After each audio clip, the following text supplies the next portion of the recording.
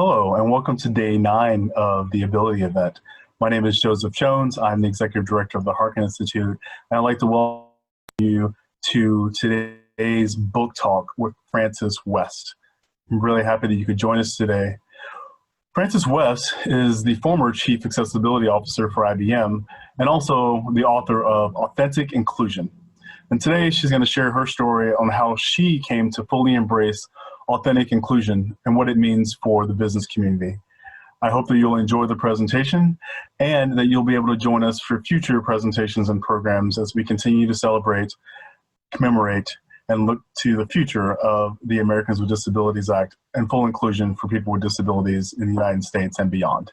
I hope you have a great day.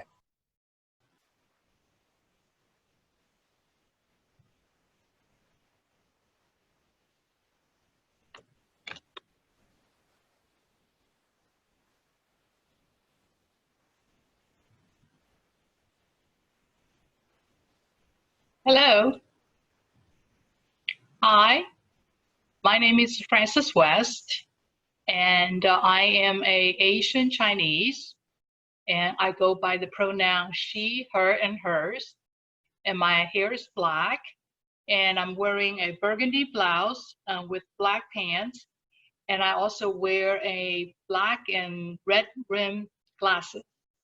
I am so happy to be here with you all on this very special ADA celebration day.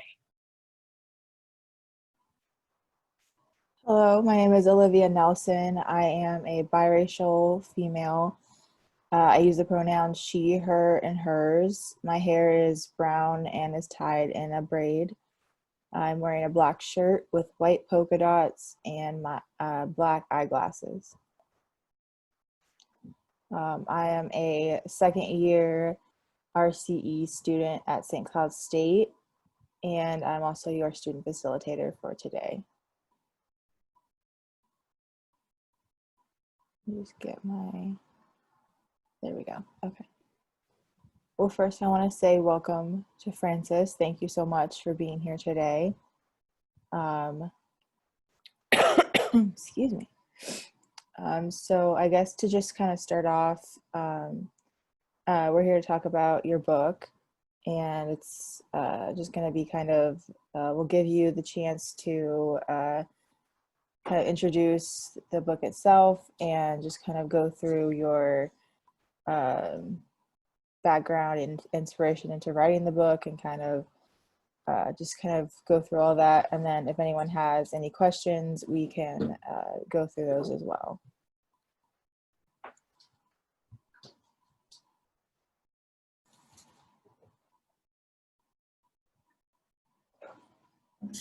Olivia, thank you for the introduction. Francess, it's great to see you. Thank you so much for being a part of our team.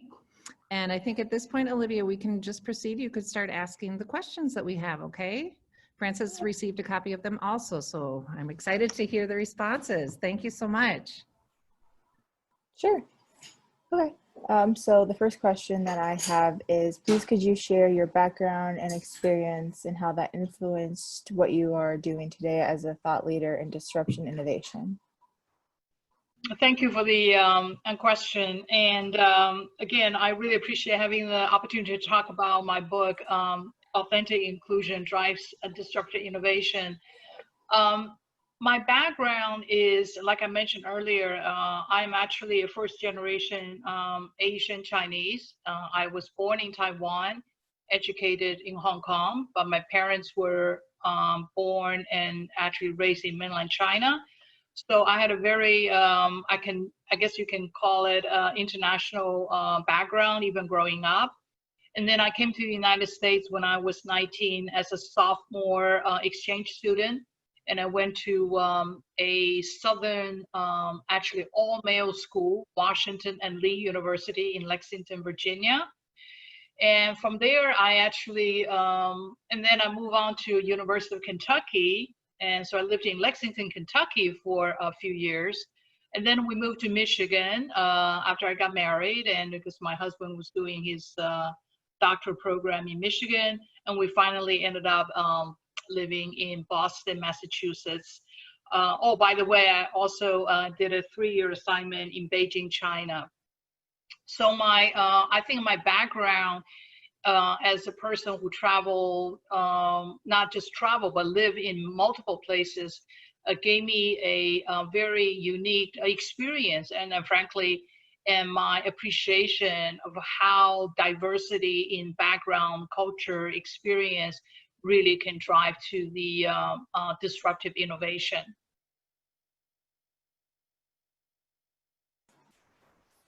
Okay, thank you for that.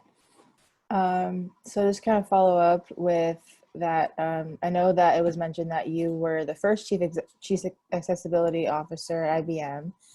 And so can you kind of go through what that means, what chief accessibility officer, what your job was, and then kind of go through what your vision is for other businesses to advance their own authentic inclusion into their strategic development, technology, infrastructure, and organizational processes. Okay. Yeah, so a lot of people actually don't quite know the term accessibility. So when I say I am IBM's first chief accessibility officer, most of the time people nod their head, but frankly, I know that they probably have very little clue as what it is. So in this context, accessibility means digital inclusion. Since we're here celebrating American Disability Act, everybody is familiar with ADA, its impact on, for example, the physical access, whether it's elevator for the buildings or the ramp, or the curb cut in the pavement. But very few people can make the connection in the digital world, like what we're doing on Zoom. How can we make sure that the technology we're using, such as Zoom or video, that it's fully accessible to people with different abilities? So when I say different abilities, it could be a person with a blind or low vision, or a deaf person, who's watching, for example, the video, and without our great interpreter here, he or she may not be able to participate, or somebody with a cognitive, disabilities. And then, of course, the most visible is the mobility challenge, or even cognitive challenge disabilities. So as a technology company at IBM, we were very aware of what technology can do for people, but also against people. So we wanted to make sure that we really have that kind of access in the foreground of our thinking for every technology that we're developing. So as the Chief Accessibility Officer of IBM, my responsibility really are twofold. One is working with for example, our researchers in making sure that our new technology that's coming down the pipe, whether, for example, right now, one of the hottest areas, artificial intelligence, and also virtual reality. So how do you make sure that those technologies are accessible? So that's kind of a future kind of focused mission, but then also on a day-to-day basis, working very closely with our HR and also our CIO office to make sure that the infrastructure, the workplace infrastructure we provide for our employees around the world, which at the time before I retired, we were talking about 350 to 400,000 employees around the world in 170 plus countries, operating at 24/7. So how do you ensure, for example, a blind employee in India or a deaf employee in China will have parity in their workplace environment? So that's kind of a work that a Chief Accessibility Officer usually is working on, both the present infrastructure for day-to-day, but also keep an eye out for the future innovation.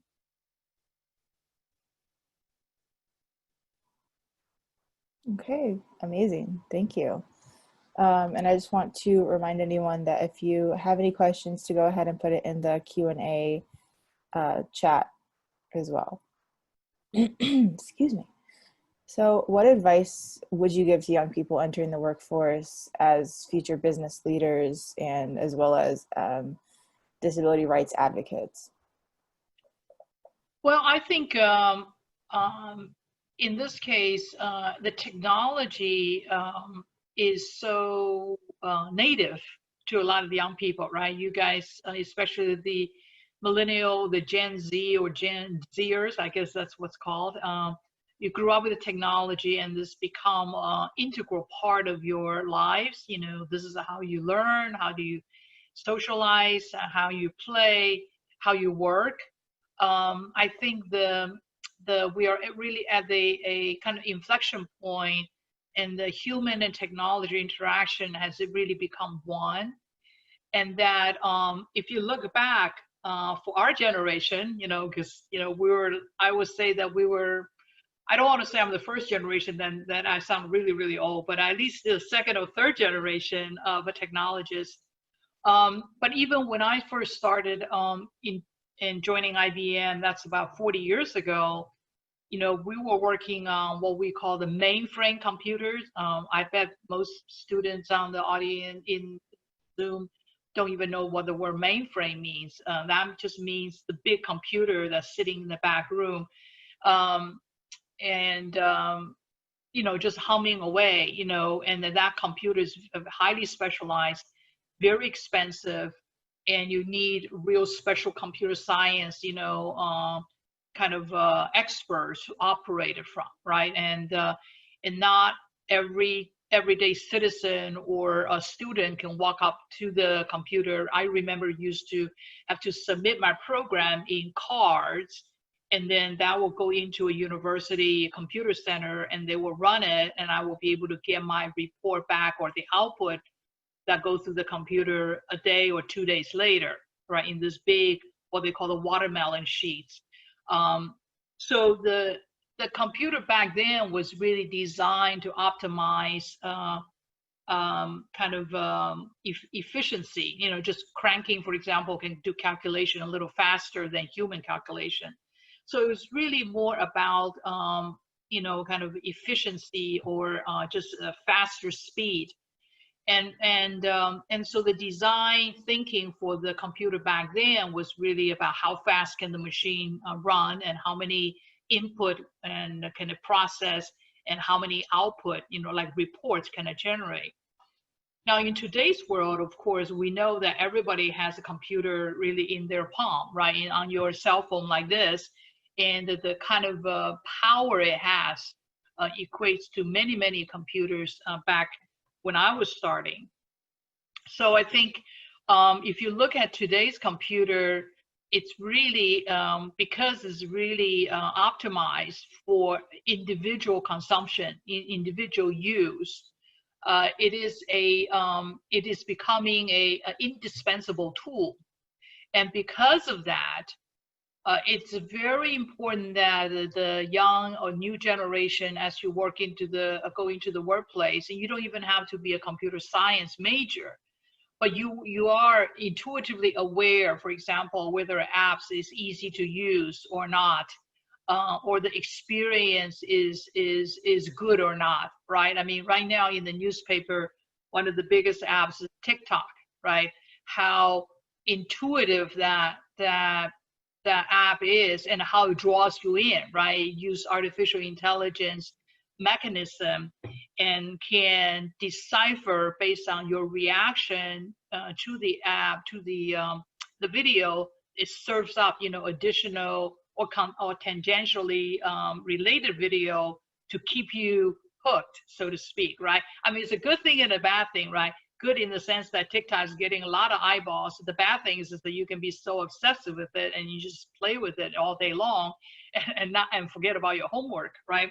So I think we're entering a very very interesting human and the machine interaction stage. And so as a user, and also especially if you're a developer of these applications, I feel like because you are dealing with the individual now and you're serving information and to the individual, you really have a responsibility, you know, to think about the impact of your action to the individual more than ever. It used to be that we can, you know, the computer was, like I said, mainframe was produced by big companies like IBM, and then you put the responsibility and trust in the big company. And I'm very proud to say that IBM as a company has extremely good, trust of value from consumers, right? I mean, there are certain brands that in the marketplace you just trust. But now a person in the garage or in the bedroom during COVID-19 can come up with an application. So I think the power is within the user in the young generation like yourself. And so from that standpoint, whether you are a user or you're a developer, you have the responsibility to think about the consequences of your applications. And from that standpoint, there is actually tremendous, I think, opportunities related to this kind of a integrated technology actually work-related opportunities, whether as a sensible and accessible design as a designer, or you can be a tester of the usage of that, and also you could be a trusted, for example, information mediator, right? A curator. So I'm sure you know that there's actually like a company like Facebook now hire content checkers because there's so much, fake news out there. So these are kind of jobs and a career that never existed even say 5 years ago. So I think there's a huge opportunity for your generation to think about technology's impact on humanity and vice versa. And through the interaction and intersection of these two very, actually, you could say diametrically opposed, spectrum, and to find a intersection that actually can benefit humanity and also for the society, both from economic standpoint, because we all have to make money and make a living through work or creation of jobs or product and services, but at the same time has a purpose and responsibility as well. Sorry, it's a little long in my answering that. No, it was great. Thank you. Okay, so your book is titled Authentic Inclusion Drives Disruptive Innovation. So to kind of start off with the book, would you describe your motivation for writing the book? And could you also define authentic inclusion and disruptive innovation? The motivation for writing the book actually came about, it's kind of started stewing in my head in 2015. If you remember, or maybe some of you may be too young to remember, that's about 5-6 years ago, that was a kind of beginning of the tech industry being challenged about their inclusion policies. And there was the famous Google walkout. A lot of the people were really at Google were concerned about the lack of, for example, women in the tech industry. So overnight, the Silicon Valley, kind of really start, thinking, wow, we do need more diversity. And so there was a lot of, education and training on inclusion. During the 2015 was really about gender, right, equality. Remember that after that was like the transgender movement. So there was a lot of, inclusion movement, so to speak. And a lot of money was spent, in these kind of inclusion training. But I think there was like a Deloitte research that, if you look at the past 5 years, the dial, for example, of women's participation, and let alone, people with disabilities participation, especially in the tech industry, has not moved that much, right? So then you say that now, why is that? And then you can make the same kind of almost relational kind of conclusion, looking at the latest, for example, the social movement like Black Lives Matters, right? I mean, tons of years, many years has gone by, tons of good intent, lots of money spent in trying to address that, whether it's at a society level or at the business level, but we have not seen the real change or real, I guess, the the word of the day is a structural change, right? So then you say, why is that?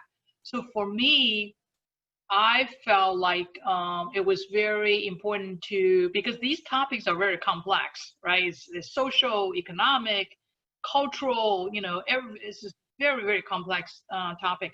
But for me, because I'm a first generation, non-English speaking immigrant and a woman in technology that's over age 50s, and kind of had one I guess I could call a successful career. I felt like I need to be able to tell my story and be able to relate what I benefited from, in this case, what I call authentic inclusion. So then you say, well, what is authentic inclusion? Authentic inclusion, in my definition, it's an organization. It could be a company like IBM. It could be a university like St. Cloud. It could be a government like United Nations.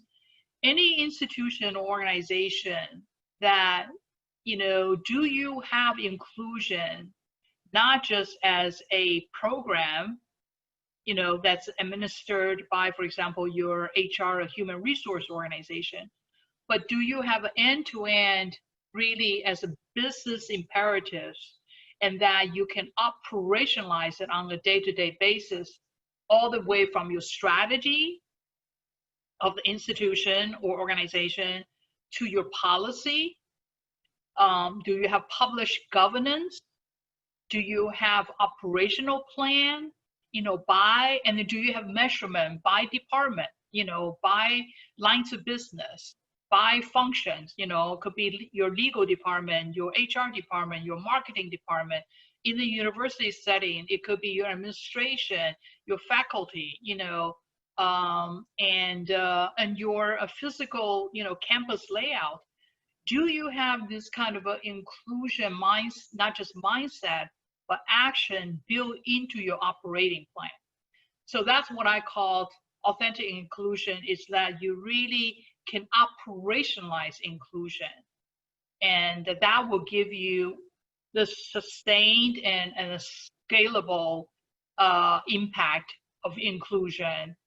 And so that's what was the driver for me, is that I think, in addition to training and educating, have these inclusion workshops or empathy trainings, we really have to take a deep look.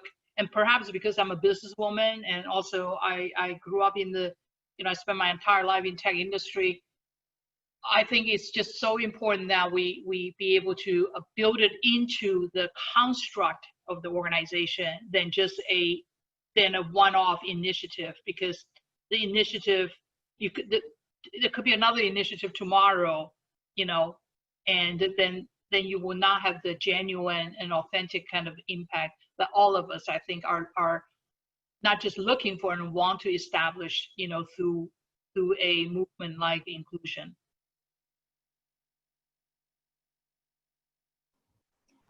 Excellent. That really transitions well to our next question. So you've mentioned in past talks that human diversity is at the very core of disruptive innovation. So could you please share your insights into how you embrace disruptive innovation as a positive influencer, and how we may all embrace this in our lives? Yeah, I think if you think about innovation, it really is actually having a different point of view, right? And different that people never thought of. It's like, oh wow, I didn't think of that. Like the great example is Apple, right? Nobody thought you could have a phone doesn't have buttons on there, right? And somehow, Steve Jobs, and his design team just came up with this incredible view. And then I'm actually reading a book called User Friendly, how the whole UX, the user design kind of field came about. And if you look at it, it's actually, they actually get down to the human reaction, right? And so by definition, human are different, right? I mean, that's actually, it's a species, how we survive the different environment. And so it's not it's not it shouldn't be a jump in imagination to know that when you have diverse point of view, it really can help you with problem solving and also to anticipate, for example, either threats or opportunity differently, right? I mean, I think the COVID-19 situation presented a real life kind of example of that. If you have one way of thinking about, for example, how to dispense healthcare, right? And not really challenge yourself to think of the extreme scenario, and also not being able to really tap into the different people or different economic spectrum, and also exposure to healthcare, then you will not be able to design a healthcare system that's genuinely, authentically meaningful or workable for all, right? So I think in the society that we live in now, it's like we are, we have so many different elements that we have to consider, again, through technology, a lot of times to bring everything together. This kind of a diverse thinking and diverse perspective or diverse use cases, because everybody's talk about what's your use case, it's very powerful if you can, from the get-go, to get a very different perspective of using technology or using your product, or using your services. And that's what I mean is that diversity really drives disruptive innovation. And give you an example, like I said, when I was younger years, one of my first job in IBM, I was working in Michigan.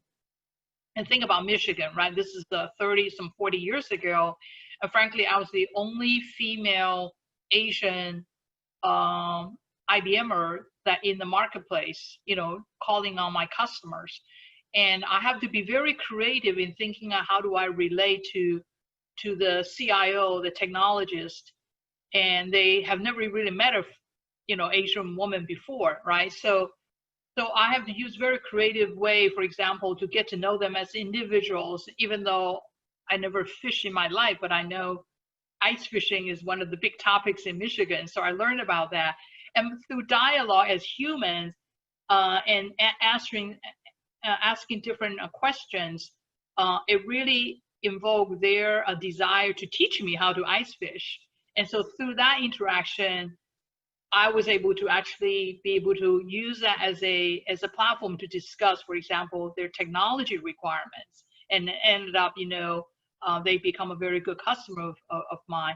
So I think this is just a very personal example of how one has to use creativity, because I was different. So in my book, I talk about that we really respect individuals' differences, not in spite of, but because of our difference. Because being different can make a difference.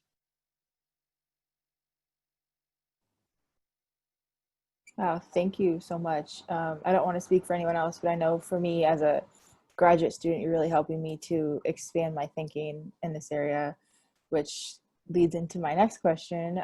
Based on your personal background and business experience in innovative technology, please share how authentic inclusion transfers into educational settings and communities working with individuals with disabilities. Yeah, so this is actually very interesting. I was talking to a couple of professors as I was preparing for this.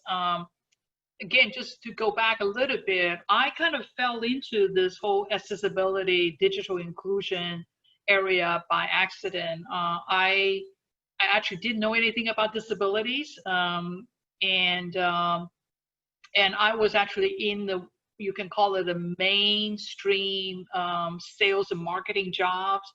But then there was an opportunity to head up this accessibility organization in IBM Research. So I took the job thinking, it would be just one of those, job. It's a good job because it's a career moving job, right? So I thought I would just go into IBM Research, do this thing for a couple of years, and then move on. And then because I didn't know anything about accessibility, I didn't think I could become an expert or a thought leader or whatever, some of these very, a nice title that's now associated with my name. But once I got into it, I realized, oh my God, this is such an interesting and profoundly meaningful job. That is, you can take technology that really impact, individual, and how cool is that, right? So I really thought about, this is a way of the future that we really need to influence and actually have the next generation to understand the impact of technology and the human. So I remember one of the first initiative I was introduced to, because again, remember I was in IBM research, so we actually do a lot of work with the universities. So the first initiative I was introduced to is called Liberated Learning Consortium. And it was actually organized by a bunch of universities. And this is back in 2003, 2004, so 16 years ago. That was the beginning. So the whole idea of a Liberated Learning Consortium is that they wanted to have professors giving lectures and have the lecture be real-time captioned. So deaf students in the classroom can participate, without any issue. It was considered like a really, really advanced thinking. Now today, speech to text is a very common, technology now. Like for example, Zoom, if you choose to, you can plug in this technology called Otter, OTTER.ai, that would instantly transcribe our conversation. It may not be 100% accurate like our interpreter, but it will give you the, real-time transcription. And you can imagine if you have that, then augmented by the sign language, or, the comprehension for a deaf student would be that much higher. So anyway, the Liberated Learning Consortium was the first technology-based initiative I was exposed to, and it was in the university setting, right? And one of the university, actually, I know that maybe your university, St. Cloud, may know, is a Beijing Union University, actually participated in that consortium. But unfortunately, universities, even though it is a place where we actually go to get the newest knowledge, but in some cases, the adoption of technology in the university setting is not as progressive or aggressive enough. So the Liberated Learning Consortium actually never quite grew into something that's implementable. But the same spirit holds, though. I think that university of today, can you imagine if all the university adopted that model? Then that means we could have a kind of Zoom kind of environment where you can conduct, lecture online and have the lecture transcribed in real time. Just think about the impact, not just for the deaf students, right? But a student with foreign language. Like when I was first in the United States, my comprehension of English was not good. And I can tell you, I just watched the TV series The Crown because the British accent. And I also just watched The Last Dance too, the Michael Jordan documentary.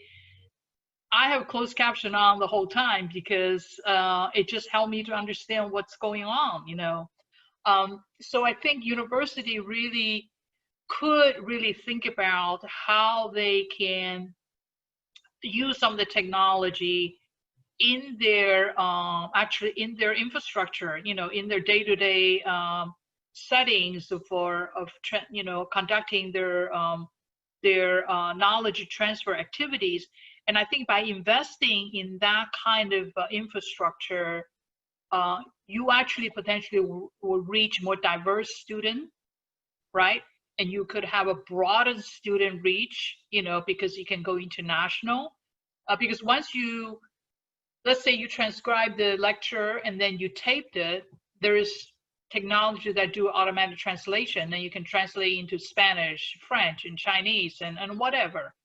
So I always say that for institutions that think about investing in this human technology like accessibility, if they think of it as a cost, they kind of miss the point. They really have to think of it as an investment of the future, because again, we are moving to the world where, you know, individual human is going to be the audience or the consumer of any kind of goods and services. So if you can really think about how you serve that human individually and make that human, in this case, learning experience, you know, that much more cohesive or intuitive, then you as an education institution will invariably differentiate yourself. So I would think that university actually should be a lot more strategic. You know, a lot of universities actually think about investing in this area as a compliance play, like meet the minimum, because they don't want to get sued. I don't know whether you are aware of, but there was a lawsuit against Harvard University or MIT 4 or 5 years ago on the curriculum called MOOC. Are you familiar with MOOC? The massive MOOC stands for a massive online courses. You know, a lot of universities would donate their video lecture online for free, which is a good intent, but none of the video were captioned. So even though, so if you are a deaf student, again, if you're English as a second language person, you sometimes just cannot understand what's going on. So in this case, there was a lawsuit ensued because some deaf student really want to take these courses and they couldn't. So instead of waiting to be challenged by, you know, individuals or constituents, you know, why not take a more proactive approach and make your infrastructure fully accessible? Because I guarantee you that will become a differentiating value proposition for the higher education or for the institution. And one last thing I would say that I think that if you agree that this kind of a human first thinking, or it's going to stay with us for the years to come, then I think it's very important that the university curriculum, you know, understand that and respect that. And I don't know if St. Cloud's has, you know, having a chance to look at it, whether you have like a any kind of engineering or computer science curriculum.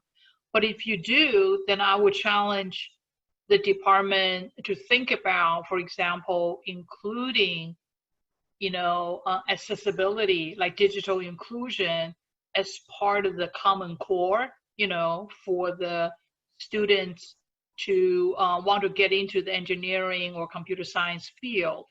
Because it's so important that from the get-go, the next generation of programmers or designers or technologists or engineers really understand that how important it is that they think about inclusion in their, from the get-go, as they learn to program, as learn to design, as they learn to build. One thing that I was hoping, but still has not come to fruition, is that this kind of like I said, the digital inclusion, like accessibility, really should be a requirement. It required courses, just like you take, you know, 101 psychology. You know, it should be one of the must-take courses.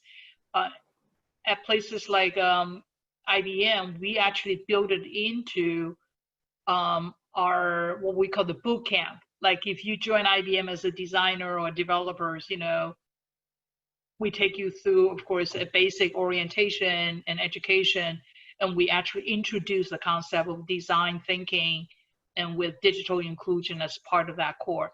And I hope that kind of curriculum actually will make its way into university like St. Cloud's, so that we really, again, we really put into action what inclusion is about. Because it's hard to talk about digital inclusion when your average student on campus don't even know what digital inclusion is about. So those are, a couple of things that I think a university community can really take a leadership, role in. Yeah. Well, firstly, thank you for the response, especially since we are thinking forward with the next 30 years of the ADA and technology as an aspect of accessibility that is really advancing disability rights. And I would also like to add that I agree also on approaching this as an investment. I think that was an excellent point. And I hope that St. Cloud, like you mentioned, embraces your recommendations. We can add that as a strategic goal for our new AT lab. Digital inclusion just as a fantastic approach. So thank you again. So the last question that I had, and I see that we have a few questions from our attendees here, so I'll try to make sure we get to those. So the last question I had was, was more of a broad question, but how may the world take a human first approach? Well, human first, in my view, just like I mentioned before, I think, as a society, as planet, we are moving so fast in the society and depending on technology to do everything we do, which is a great thing, right? And also the you can have, you can buy things online, you can learn online, you can search. Everything is through the technology. But even as a technologist, I am more aware of how important it is that we bring human back into the foreground in everything we do. And then also it translates to, basically, you have to be very mindful, very, very mindful that we need to be very consciously respectful for individual, right? So if you have that kind of a concept or the idea or that kind of belief in everything you do, then when you design, for example, the new generation of artificial intelligence, this kind of quote unquote unconscious bias will not build into the system, because you are, if you believe that I need to respect every individual that I come in contact with, right?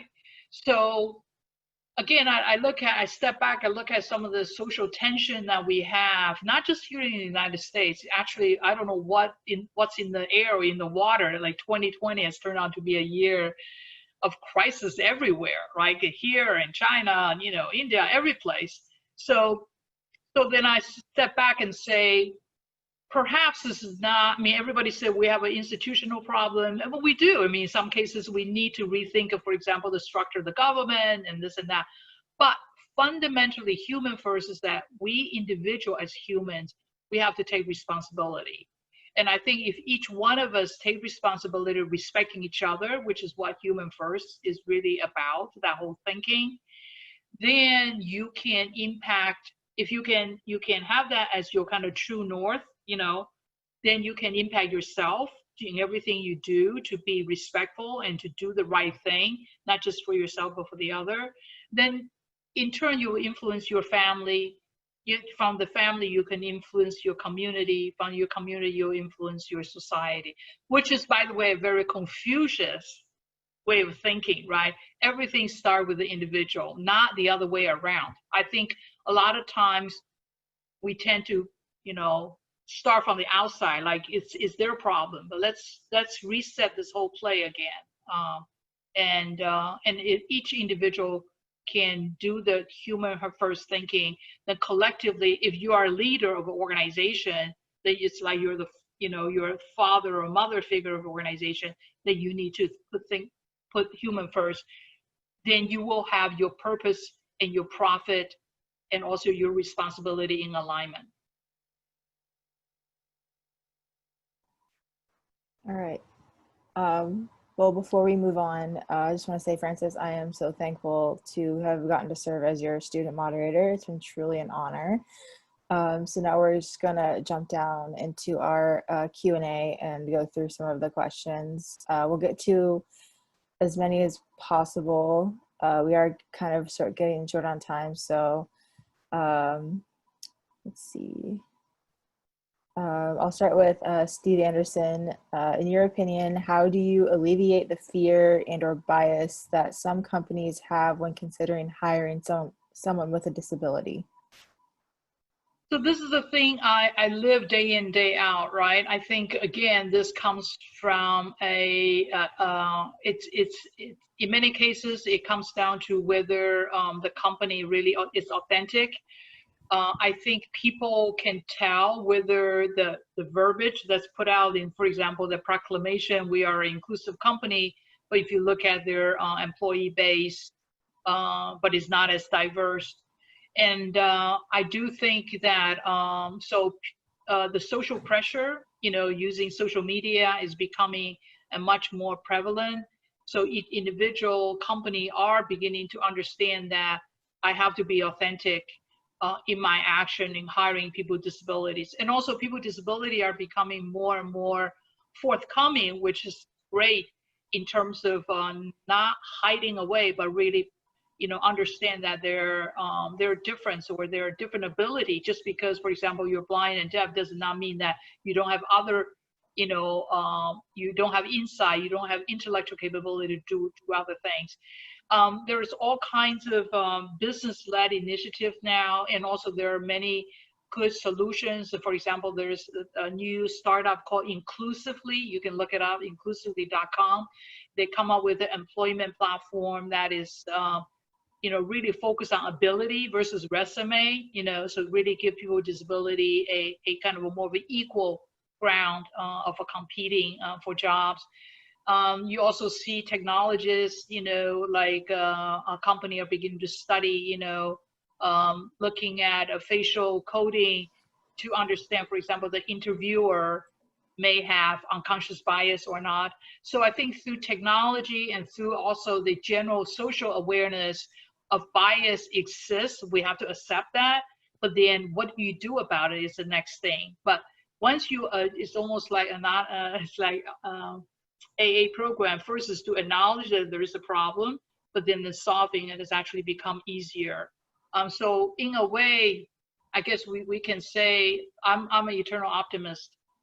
The Black Lives Matters and the COVID-19 have brought up a lot of issues. So now we know there is an issue. So I think this is going to be hopefully a golden period where we begin to address the inequality, whether it's ability or race or gender and whatever. Thank you so much. We have a team of 4 4 deaf participants from China and a few other deaf participants as well. But here is a question from Nick. Do you think we're able to incorporate AI translation programming to translate sign language like American Sign Language? He says that his concern is that technology has not reached the point where it can understand the facial grammars of sign language in general. And it makes me sad that all technology revolves around solving audio needs. Solving what? What's the last sentence you said? Audio needs. Oh, yeah. Okay. Yeah. So can we use, for example, Avatar to learn sign language has been a perpetual discussion. And I do believe that that in the future, there could be a convergence of that kind of a technology and the human needs. I mentioned facial coding. I think right now, if you look at the Avatar kind of a sign language interpretation, one of the biggest problem is the facial expression is lost. A live interpreter carries so much nonverbal or non-sign expression that is very crucial for the deaf person to receive. But I can also tell you that the AI, I am actually involved in some of the research. Some of the AI technology are studying facial expressions and begin to do facial coding, meaning, and then beginning to detect, for example, the subtle, for example, raising of the eyebrow or turning of your lips, means certain things, subconsciously. Now, would it ever get to the point where it can replace the, human being per se? I don't think so. But I think situationally, so for example, let's say you're in an emergency situation where there's just no, let's say a signer can be found, then a substitute like an avatar who has a good, basics information of using sign language and facial may be good. So I think we're going to a world where there could be a lot more granularity in terms of how human will come into play versus technology, and sometimes a combination of both. Does that help? I think so, yeah. Excuse me. So you also made a reference to COVID-19, and we do have a question related to this. Vivian Fowler, and I'm sorry if I mispronounced your last name, says, during these unprecedented times, do you think over-reliance on fragile connectivity and technology might negatively impact the society by disrupting or distorting unintentional and intentional spread of misinformation? I absolutely. Just so you know, I still have a landline in my house, because I believe that what if the cell tower goes down, then I still need to call out. I think if nothing else, I think actually COVID-19 is a great exercise for all. I mean, going back to each individual needs to be, for example, to own the respect for individual. But I think individual, we have to begin to own the responsibility of assessing risks, right? I think when times are good, you actually kind of take it for granted. Some would say even complacent, right? You just think everything is going to be there, like toilet paper, right? Who would have thought toilet paper would become such a, rare item? And I think, again, I'm a technologist, so I use technology. I believe in technology, but I also believe, that's why I keep putting out human first. I think each one of us will begin to realize that human has a limitation and technology has limitation. So let's not put all the eggs in the one basket. Let's be very thoughtful on an individual level, assess the risk and reward and make decision accordingly. In a way, I think the COVID and the situation actually awaken our own individual human survival instinct, you can call it, or, I think actually is a good thing. But I agree, actually, you have to think about the doomsday if let's say all cell tower goes down, how do you survive as an individual? I think all of us are beginning to think about, which is not a bad thing, actually, right? Sure, yeah. So we are out of time. Frances, I would like to say that I would love to meet you someday, as I'm sure all of us would. I hope someday after COVID-19 we can extend the invitation for you to come visit us and share your expertise in person. For now, our time is up, and I want to thank you again so much for your time and insight. For our participants, please join us for our Wednesday session at 7:30 p.m. Central Standard Time. Tomorrow's session is on the U.S.-China Deaf Project with a focus on deaf culture, identity and deaf culture. Excellent. Thank you, and Frances, got it? Oops. I'd like to just share your book. So for all of our participants, this is the book that we've made reference to, Authentic Inclusion, Drives Disruptive Innovation. And I really enjoyed reading this, Frances, and we're going to buy more and really think about the recommendations you made for education. And Amy and I are in the room together and are really excited about sharing that dialogue with our leadership team, both at our university and within our state system. So thank you so much, Frances. We really appreciate this. Well, thank Olivia, you very much. student I always moderator, love nice talking to job. the Our I always love interpreter talking to the next and generation. our whole team for pulling this all together. When the day comes, Frances, we look forward to inviting you to our university. Well, thank you. I will be happy to be there. I love hanging out with the young people. Not Yes. that you're old, but you know what I mean. Yes, yes. Thank you so much. All right, everybody. We hope to see you tomorrow. Okay, thank you so much. Mhm. Bye-bye. Bye-bye.